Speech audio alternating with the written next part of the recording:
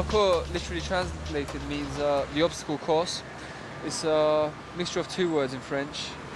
And the founder's name is David Bell, who's that 33-year-old French Vietnamese man who just gave it a name. He started it as a childhood game that he just named it as he got older and said, look, this is a sport that we can do. And his co-founder was Sébastien Foucault, and we've met Sébastien Foucault and the Yamakasi, which were the original French group from the beginning. We've learned things from them. We've been to France. That was the first country I've been to, just to pay homage to them and stuff like that. Parkour started in the UK about roughly 5 years ago, and it's pretty much the world's fastest growing sport at the moment. It's mostly the teenagers that are really into it because of the lifestyle it provides. It gives you a great sense of freedom, of liberty. For us, it's a way of life. You know, we just live our lives this way now, and it's pretty much changed the way we live. And I've been doing it professionally for 5 years with Urban Free Flow, and met some amazing people doing it and stuff. And everyone kind of brings their own kind of unique style into it. Some people come from a martial arts background, gymnastics, breakdancing, you know, all kinds of different backgrounds. And they kind of bring in little bits of their background within to the sport, and it just gets developed that way. I mean, this is a really developing sport, but in essence there is you have parkour, which is the set fundamental movement of efficiency and motion. So you aim to overcome the obstacles in your environment in the most efficient way. But now you have free running as well, and free running is pretty much a freedom of expression, like the art of movement, where you overcome your environment again, but it's more stylized. You do it with style, with the flips, with the spins, the twists, you know, the balances and all that sort of stuff. It's not about being chased or chasing or escaping, which is more parkour based. It's on the efficient, the speed. Free running is more about the style and the elegancy and, you know, the showmanship about it.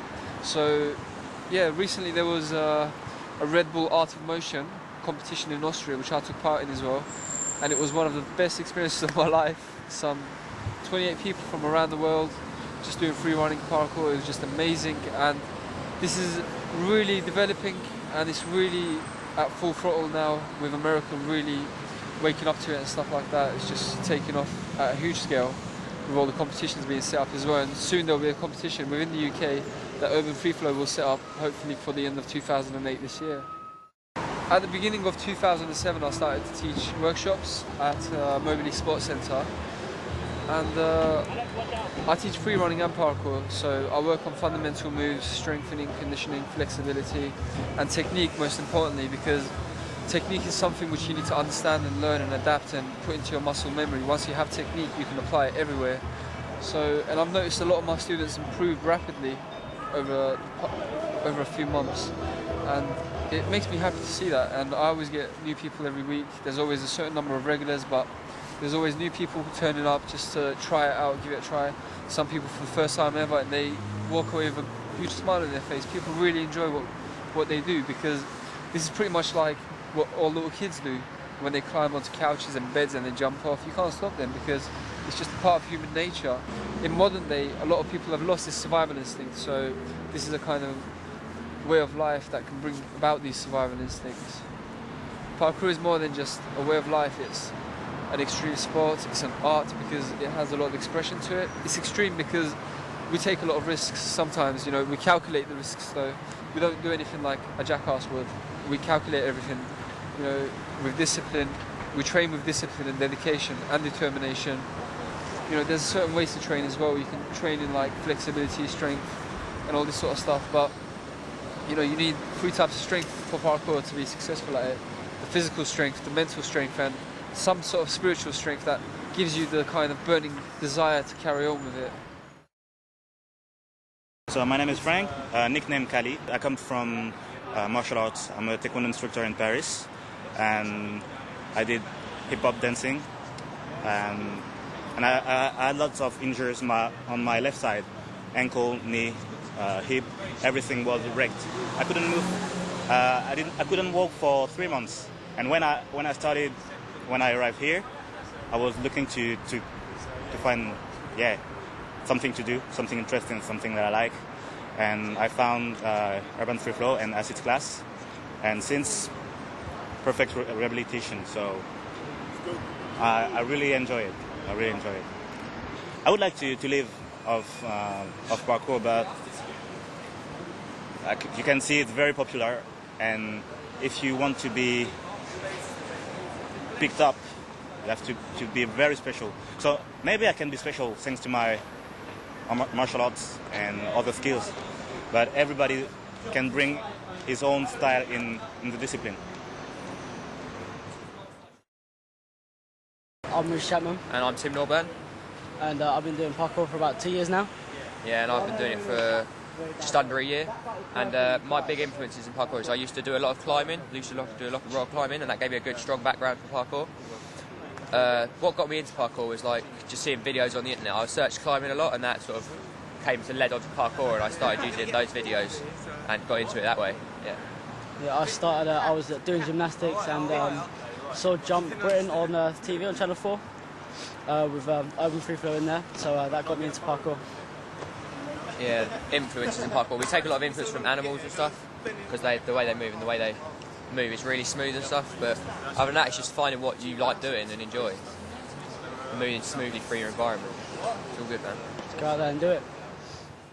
I got into parkour like about 3 years ago. I met some guys from Cambridge. I was actually training in a gym for something that I was training for a martial art to learn more acrobatic kicks and stuff. Met some guys and they just sort of showed me the movements and stuff.